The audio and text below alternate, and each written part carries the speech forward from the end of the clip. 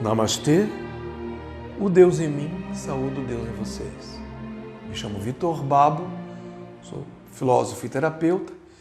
Estamos conversando sobre o meu livro, Logos, o poder criador do homem. Havíamos falado sobre o significado da palavra logos, uma palavra grega, que tem em si o significado pensamento, arquétipo, palavra e ação. Vamos falar agora sobre o segundo binômio, que é a palavra. Nós temos uma noção vaga do poder que a nossa palavra tem. Psicologicamente, não. Psicologicamente, a gente sabe que ela é poderosa. Porque quando a gente tem relação com algumas pessoas de ordem mais profunda, a gente sabe aquela palavra que pode mover a pessoa, tanto para o bem quanto para o mal. Não é isso? A gente sabe onde cutucar o outro. Com uma palavrinha desse tamanho, sabe que o outro vai pular. Né? Todos nós sabemos disso, todos nós temos essa experiência. Mas a palavra tem um poder psíquico extraordinário. A palavra é o ato criador em si. Falar é criar. Falar é deixar claro para as pessoas aquilo que nós pensamos. Falar é expor as nossas ideias. Então, quando eu crio um arquétipo positivo e falo sobre ele, eu estou criando, eu estou materializando ele. Por quê? Porque eu estou expressando ele de forma psíquica nesse mundo. Falo dele. A palavra cria um elemental que no esoterismo nós chamamos de elemental artificial. Ou seja, ele não está na natureza. Nós, com o nosso poder criador, o criamos. Ele é psíquico, ele não é visível ao olho nu, só quem tem uma visão espiritual pode ver esse arquétipo. Ele tem vida, exige alimento e exige materialização. A lei diz que todo elemento psíquico precisa se materializar nesse mundo. Uma vez criado, ele vai se materializar. Como? Vai depender de todo esse processo criativo. Daí um grande segredo que nós entendemos. Quando a gente fala mal de si mesmo, quando a gente fala mal do outro, nós estamos materializando um arquétipo, uma ideia ruim sobre nós mesmos, sobre o mundo, sobre o outro. Mas queremos que venha tudo só coisa boa pra gente, né? Que a vida seja maravilhosa e que tenhamos um bruto sucesso. Quando a gente está criando exatamente o contrário. Se eu planto abacaxi, como é que eu quero colher figo? Não dá? Então, a base da criação está aí, na palavra. O poder da palavra ele está muito claro dentro do esoterismo através dos mantras, da oração. Os mantras, para quem está ligado à questão oriental, tem mais um sentido. Mas para nós ocidentais, a oração é um mantra. É o nosso mantra, é a repetição. Então, por isso as pessoas usam os rosários, as contas, para poder repetir, se concentrando na oração, repete, repete, repete. E coloca essa palavra que entra pelos ouvidos lá no nosso inconsciente, que vão produzir um efeito extraordinário. Mas a oração, o que é que ela é? Orar é meditar também. A oração exige um foco, uma concentração.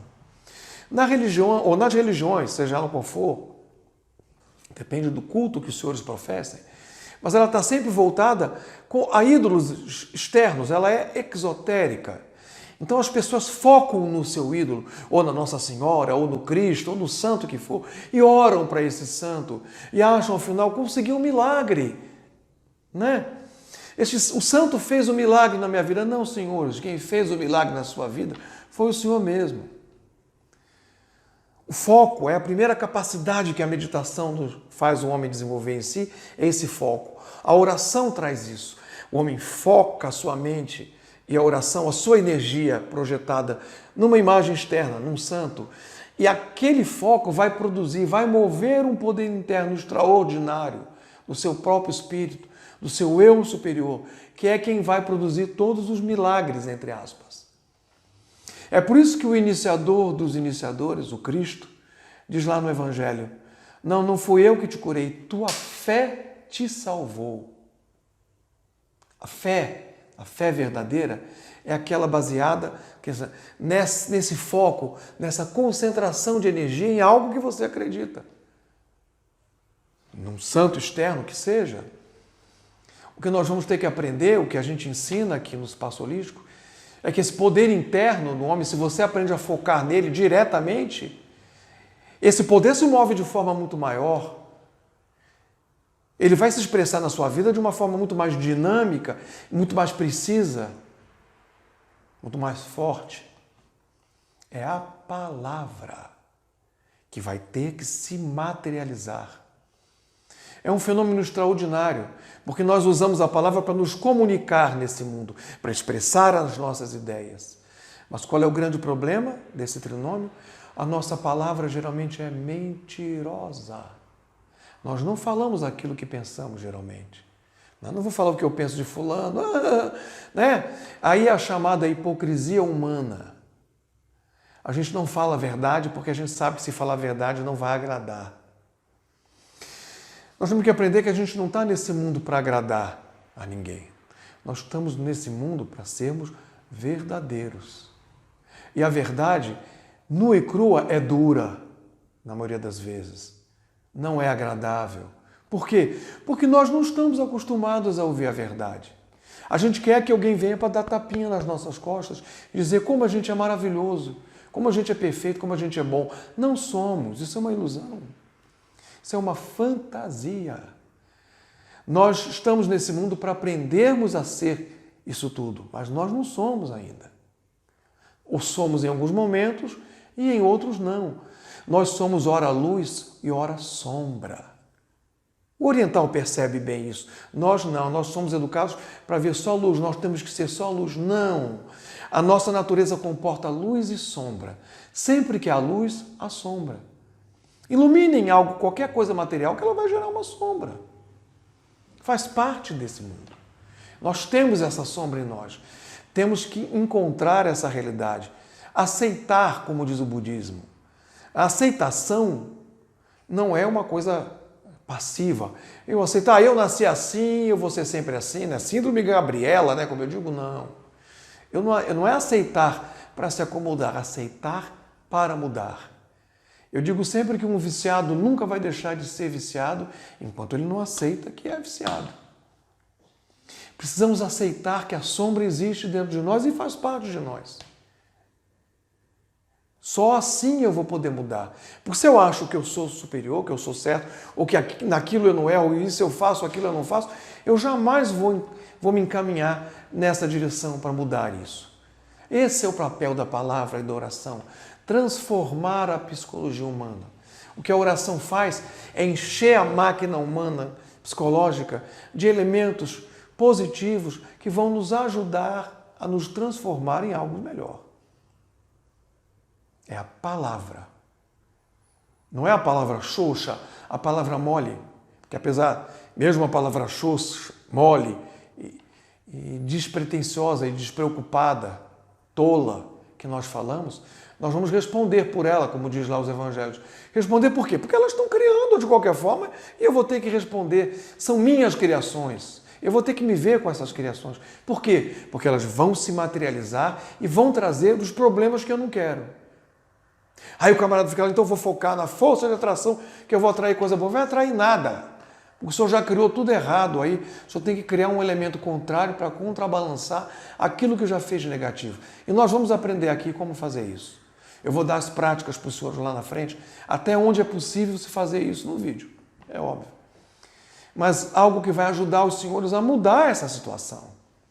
Os senhores querem ter sucesso, querem ter saúde, querem ter um nível superior, capacidades maiores? Criem isso e eu vou ensinar os senhores a fazer isso.